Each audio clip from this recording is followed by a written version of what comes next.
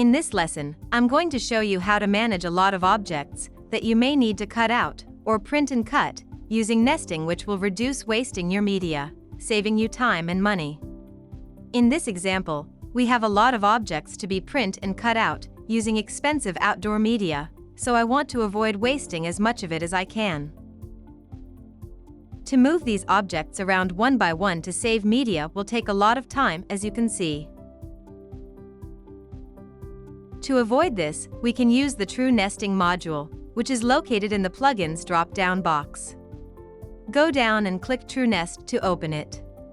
This module automatically nests the objects to fit within the media's width, which we had in the designing area. In this area is a list of all the objects which can be switched on or off from the object display on the right-hand side as follows. Below this is a thumbnail of each object I select in the list along with its width and height, and I can add or remove the number of copies by clicking here.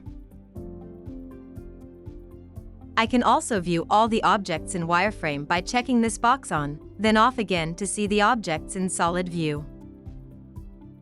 In this area, I can set objects to fit inside each other by checking on Include Holes. I will show you how this works later. Here I can set the nesting to allow the objects to rotate by 45 degrees.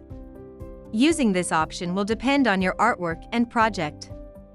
I can also set the minimum distance each object is to be set apart by setting this value.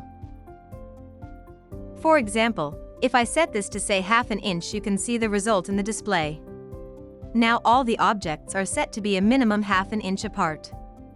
Once I have set the parameters and copies I wish to work with and reduce the media being used, I click True Nest here, and the module will attempt to interlock the objects as best as it can. As you can see, it has saved 2.9 inches of media over a 18-inch wide roll, all with a single click. If I click Improve, it will attempt to save even more media, which in this case it has. Once I am happy with the results, I click Apply, and the objects are returned to the designing area and ready to be sent to print and cut. Now, back to True Nesting inside objects. In this document, you can see I have a number of small objects and one large object. If I open these in the True Nesting module and click True Nest, and with inside holes checked on, you can see how the arrows are nested inside the larger object.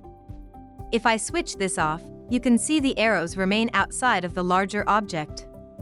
If I click it back on, they nest inside the larger object again. Once I am happy with the results, I can return the nested objects back into the designing area.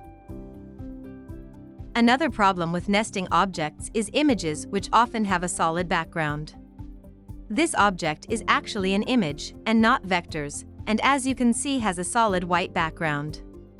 If I load this into the True Nesting module and set it to 6 copies, you can see it only nests to the boundary of each image, which is a rectangle shape. To overcome this, we simply add a clipping path to the image. To do this, select an image. Next, click on Create Cut Contour here. And the module will open and automatically detect that the object is an image and ask if you wish to trace the bitmap. Click Yes to proceed, and then click Trace. Uncheck Keep Holes.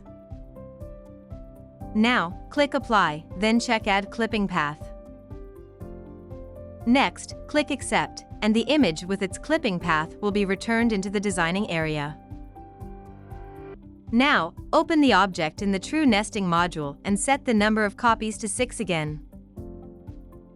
Next, click True Nest, and now the image will interlock, instead of only nesting to the boundary of the image. As you can see, True Nesting is a fast and easy way to minimize how much media you need to use, and will save you time and money. And that's the end of this lesson. Thanks for watching.